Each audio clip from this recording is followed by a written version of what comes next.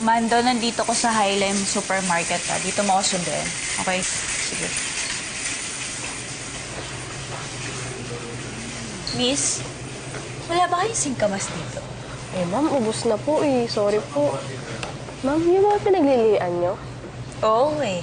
Siyempre para maging maputi sa kamakinis. Ilang buwan na po yan, ma'am? 5 buwan. Di halata, di ba? Sexy ko pa rin. Yes, ma'am. Kung walang singkamas, meron ba kayong guyabano? Eh, ma'am, kanina po meron. Kaso, naubos na po. Pinakyaw po ng customer. Ah, talaga? Opo, ma'am. O bakit di na lang kayo magsara kaya dito?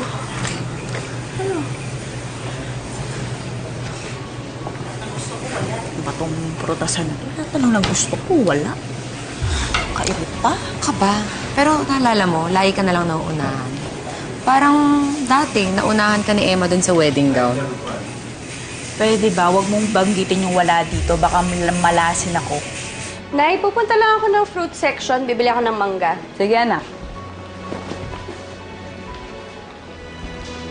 Sigulok na ito. Ito na lang. Yan yung gusto ko. Gusto ko guyabano. Ayan, kaya singkamas.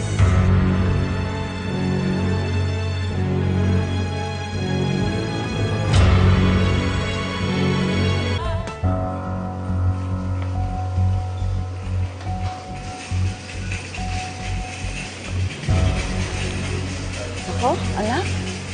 Eh, hindi magaganda tong ano eh. Itong mga mangga na to. Saka mukhang maaasim mo. Tingnan mo. Ay, bloated Walang ako. kaamoy-amoy. Bukas na lang, anak. Bibili ako sa Di ba palengke. masusubo? Ha? Sige po. Tingin lang muna tayo dito. Water yan.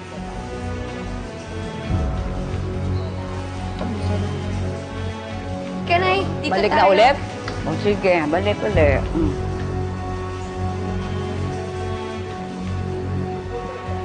Ang papangit ng mga prutas. Malapit na mabulok. Bakit kasi hindi mo na lang inutos yan kay Manang Loling? Alam mo, ginawa ko na yon. Kaya lang, ang mga binibili nun, kundi bulok, walang kwenta. Paano? Ayaw niyo sa akin. Hanggang ngayon ba naman? Oo. Mas gusto niya si Emmy. Kumusta na kaya si Emma ngayon, no?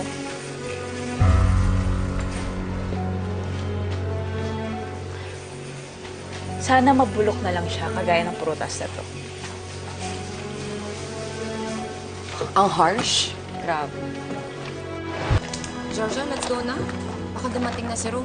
Mamaya, mainis pa yun. Nalaman na alis ka ng alis ng bahay. Ano ba? Sorry po. Hindi ka tumitingin eh.